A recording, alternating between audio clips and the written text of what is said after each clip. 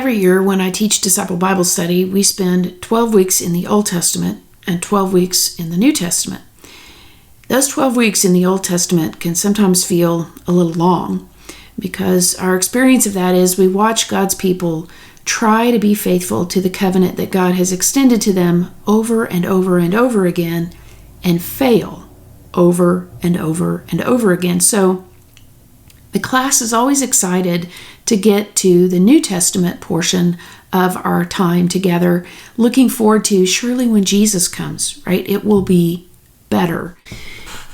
In the first New Testament lesson, we read all the way through the Gospel of Matthew, and when we come to our class time, we look at chapters 5, 6, and 7, which is what's known as Jesus' Sermon on the Mount. It's kind of the most succinct teaching that Jesus gives on what it means to be a disciple, what it means to follow the way of Jesus Christ.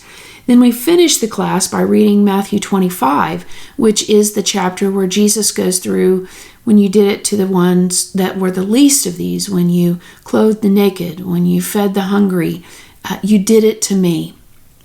And so our class finishes that first lesson on the New Testament, and I can see these long faces of, oh my goodness, this is going to be hard. And let me tell you, friends, the rest of the Gospels don't get any easier. So what we discover together is that following Jesus is a challenge, and it means sacrifice, commitment, even denying our cultural norms and expectations. We quickly see, even in the very first lesson of the New Testament, why Jesus was a threat to the establishment, because we feel a little threatened by Jesus too. So in those moments of despair, I was trying to, over the 4 years that I've taught Disciple Bible Study at Faith, begin to give people hope, right? That we're looking forward to this new story that God's going to write in the life of Jesus, and that we're going to find salvation there because we all cherish that Jesus came to be the Christ we really needed. So this year, in order to help us find that good news promised in the Gospels, I wrote out a plan on a piece of newsprint, and you're going to see that at this point. I want you to take a moment and read over this plan as it appears on your screens. So I suggested to our class that when we respond to Jesus' call, when he says, "Follow me," that we hear in each gospel, we have to have the plan in the right order. Unfortunately, most of us learned the wrong order somewhere along the way. I don't know how it happened, but somewhere along the way, we got the wrong order.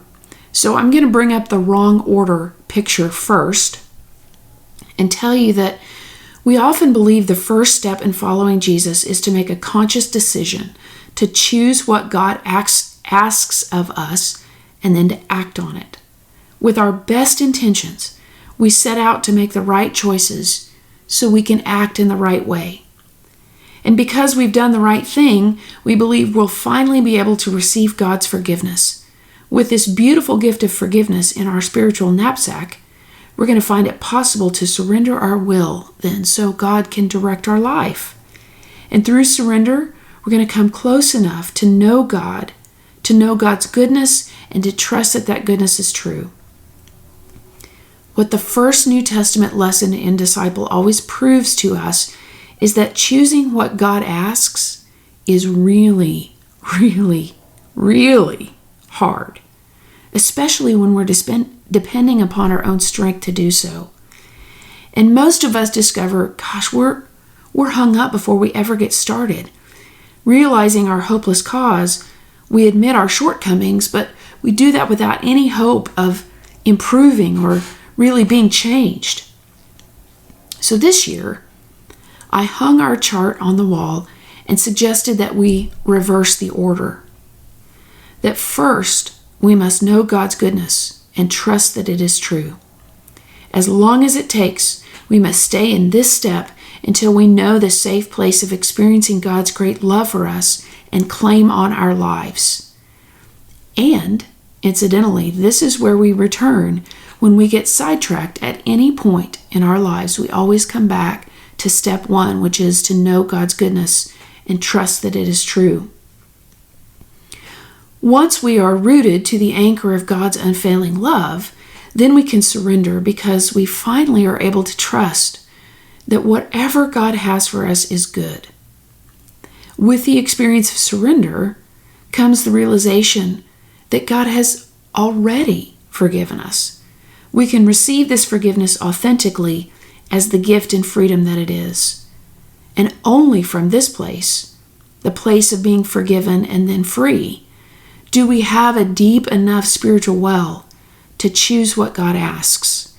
In fact, at that point, it's really less of a choice because by that point, our one true desire is to serve God with our whole lives. And so there's really only one choice, and that is to choose God's will for our lives. Now, I will tell you, this is a process, friends. It cannot be rushed.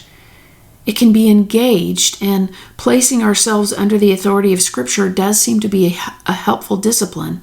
But what must be clearly seen in this first lesson is that only grace makes it possible for us to follow God. And because only grace makes that possible, then grace becomes this deep, beautiful, amazing gift in our lives that God would choose to give that to us. So before you come to our class discussion, I want you to read Matthew's Gospel, chapters 5, 6, and 7. Read the Sermon on the Mount. Again, this is Jesus' most succinct teaching on what a life of discipleship looks like. And I want you to write down which instruction is most challenging for you. And there will be plenty. So I really want you to read through those chapters with this question in mind. Which instruction is the hardest for me to follow? If you have time, I want to invite you to journal about a time in your life where you really did trust God with something significant. Write down as many feeling words as you can about that experience. So remember, when was that time where you trusted God? Really gave it all over to God? How did you feel in that experience? Did you feel scared? Did you feel free? Did you feel hopeful? Did you feel worried? What were those feelings around that experience? So those are your two assignments, right? Read through the Sermon on the Mount, Matthew's Gospel, chapters 5, 6, and 7, and write down the part of that instruction from Jesus that's most challenging for you. And then think back to a time in your life where you really did surrender, where you really did trust God. And what were the feelings that you had around that experience? And I'll see you in class.